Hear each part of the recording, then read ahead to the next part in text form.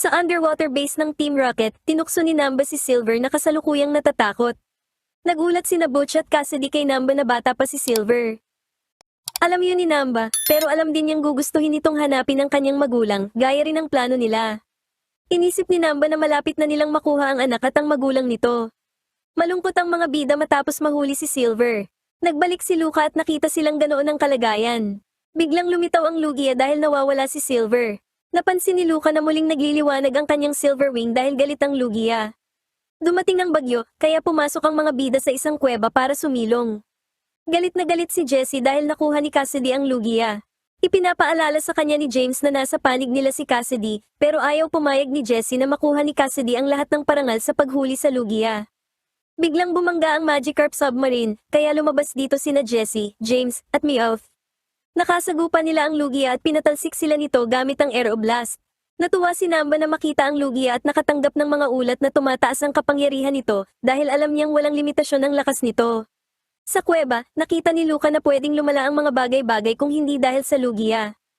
Umiyak si Oliver para kay Silver, kaya nagpa siya si Ash na tulungan ang Lugia sa anumang paraan. Nagbabala sina Misty at Brock tungkol sa masamang panahon, pero hindi ito pinansin ni Ash at nagpa siya rin si Richie na sumama. Nagpa siya si Luca na sumama na rin dahil hindi siya natatakot sa panahon. Dinala sila ni Luca sa Lugia na galit pa rin hanggang ngayon. Sinubukan ni na Ash at Richie na kumbinsihin ang Lugia na gusto nilang iligtas si Silver, pero galit pa rin ito at gumamit ng Aeroblast. Nagbitiw ng pangako sina Richie at Ash na ililigtas nila si Silver kahit anuman ang mangyari. Nakumbinsi ang Lugia at kumalma, kaya tumigil sa pagliwanag ang silver wing ni Luca at nawala na ang bagyo. Lumipad palayo ang Lugia, habang natuwa naman sina Ash at Richie na maayos na ito. Kinabukasan, hinanap ng mga bida ang Team Rocket. Wala kina Crowbat, Lantern, o Noctowl ang nakahanap ng anumang bakas ng Team Rocket. Naniniwala si Richie na hindi iniwan ng Team Rocket ang mga isla dahil gusto rin nila makuha ang nanay ni Silver. Naniniwala siyang nasa isang underwater base sila kung saan hindi makikita o maririnig ng Lugia si Silver. Naisip ng mga bida na nagsasabi ng totoo si Richie, kaya ipinadala ni Misty ni na Goldin, Corsola, Poliwhirl, at Staryu, habang inilabas naman ni Ash si Totodile para maghanap sa ilalim ng tubig. Maya-maya, dumating ang Lantern na may dalang balita. Galit na galit si Jessie sa nangyari, kaya pumunta sila sa base. Nakita ni na Ash, Richie, at Oliver ang Magikarp submarine at nagpa siyang sundan ito. Hindi nagtagal, nakita nila ang underwater base ng Team Rocket. Nagulat sina Cassidy at Butch kay Namba na nagpa siyang simulan na ang plano para hulihin ang Lugia. Pumasok sina Jessie at James sa base pero ang pinto sa harap nila ay sumara at ang silid kung nasaan sila ay binaha. Umangat ang underwater base patungo sa ibabaw.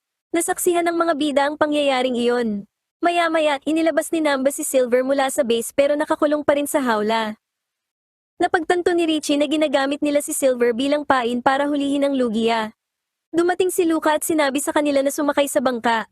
Iniwan ni na Ash, Misty, Brock, at Richie sina Luca at Oliver sa bangka habang sinusubukan nilang balaan si Lugia na isa itong patibong.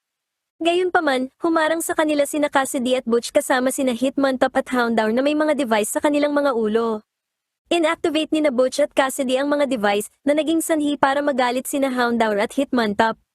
Ipinagmalaki ni Namba ang device na ito dahil alam niyang mapapagalit nito ang mga Pokemon. Gumamit sina Pikachu at Sparky ng Thunderbolt malapit kay Lugia para pigilan itong lumapit sa hawla. Gayunpaman, gumamit si Houndour ng flamethrower na may mas malakas na kapangyarihan. Inilabas ni Ash si Cyndaquil at si Richie naman ay si Zippo, habang napansin ni na Misty at Brock na nag-evolve na si Zippo bilang isang Charmeleon. Gumamit sila ng flamethrower para balaan ang Lugia, pero gumamit si Hitmontop ng rolling kick kay Cyndaquil. Ibinalik ni Ash si Cyndaquil, habang inilabas naman ni Misty si Poliwhirl para gumamit ng water gun na tumama sa flamethrower ni Houndour. Nakita ni Jessie ang labanan at inutusan sina James at Meowth na palubohin ang Lugia balon. Nagtanong sina James at Meowth kung bakit nila ito kailangan, kaya sumagot si Jessie na may plano siyang palitan ng totoong Lugia ng peke. Nagtanong sina James at Meowth kung paano niya ito gagawin, pero nasigawan lang sila dahil iniisip pa ni Jessie ang bahaging iyon. Ginamit ni Cassidy ang mga device para mas pagalitin pa sina Houndour at Hitmontop, kaya napuruhan nito sina Poliwhirl at Zippo at napilitan sina Misty at Richie na ibalik ang kanilang mga Pokemon. Gumamit sina Sparky at Pikachu ng Thunderbolt para balaan si Lugia. Gayunpaman, tumalsik ang mga bida at si Richie dahil sa Aeroblast ni Lugia. Pumunta ang Lugia para iligtas si Silver at lumapag sa hawla, pero nahuli rin ito. Natapos na nina James at Meowth ang Lugia balon. Kasama si Jessie, balak nilang ilipat ang balon. Gayunpaman, aksidenteng nakalmot ni Meowth ang balon na naging sanhi para tumalsik silang lahat sa himpapawid. Nang makita ni Butch at Cassidy na sugatan at bagsak na ang mga bida, nag-isip sila ng paraan para pigilan ang mga ito sa pakikialam. Dahil nahuli na ang Lugia at si Silver, nagsisimula nang bumalik muli ang base sa ilalim ng dagat. Nakita ni Luca at Oliver na kailangan nilang gumawa ng paraan para makatulong. Nang maglaon, nagising si Ash at nakitang nakakulong na siya sa isang hawla kasama sina Misty, Brock, at Richie na wala pa ring malay. Lumangoy si Oliver kasama ang lantern para palayain ang mga bida at ang Lugia, habang iniwan naman si Lucas sa bangka. Sa loob ng base, hinangaan ni Namba ang nahuli nilang Lugia. Inutusan niya sina Butch at Cassidy na ihiwalay ang Lugia sa anak nito.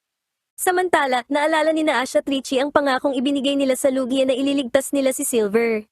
Bagamat gusto nilang tuparin ang kanilang pangako, kinuha ang kanilang mga Pokeball kaya wala silang gaanong pagpipilian. Binisita ni Namba ang mga bida at ipinakilala ang kanyang sarili sa kanila. Hiningi ng mga bida na malaman kung ano ang plano niya sa mga Lugia, kaya ibinahagi ni Namba na gusto niya ang kanilang kapangyarihan at gagawin niya itong enerhiya na kaya niyang kontrolin. Naniniwala siya na ang mga Pokemon, pati na ang kalikasan, ay dapat magsilbi sa sangkatauhan. Nagalit ang mga bida sa pahayag na iyon, lalo na si Ash. Ibinahagi rin ni Namba na siya ang nag-imbento ng mga device na nagpatindi sa galit ni Houndour at Hitmontop. Naniniwala si Namba na ang pinakamagandang paraan para ipakita ang lakas ay sa pamamagitan ng galit. Inilabas rin niya sina Sparky at Pikachu dahil balak niyang ilagay ang mga device na iyon sa kanila. Nakakita si Oliver ng isang shaft sa base at pumasok sa loob pero hindi kasama ang lantern. Palihim na pumasok sina Jessie at James sa control room para tingnan kung nandoon ang Lugia. Nang makitang nahuli ang mga bida, inisip ni Jessie na maaaring gumawa ng kalituhan ang mga ito para makuha nila ang Lugia, kaya hinanap nila ang password ng hawla.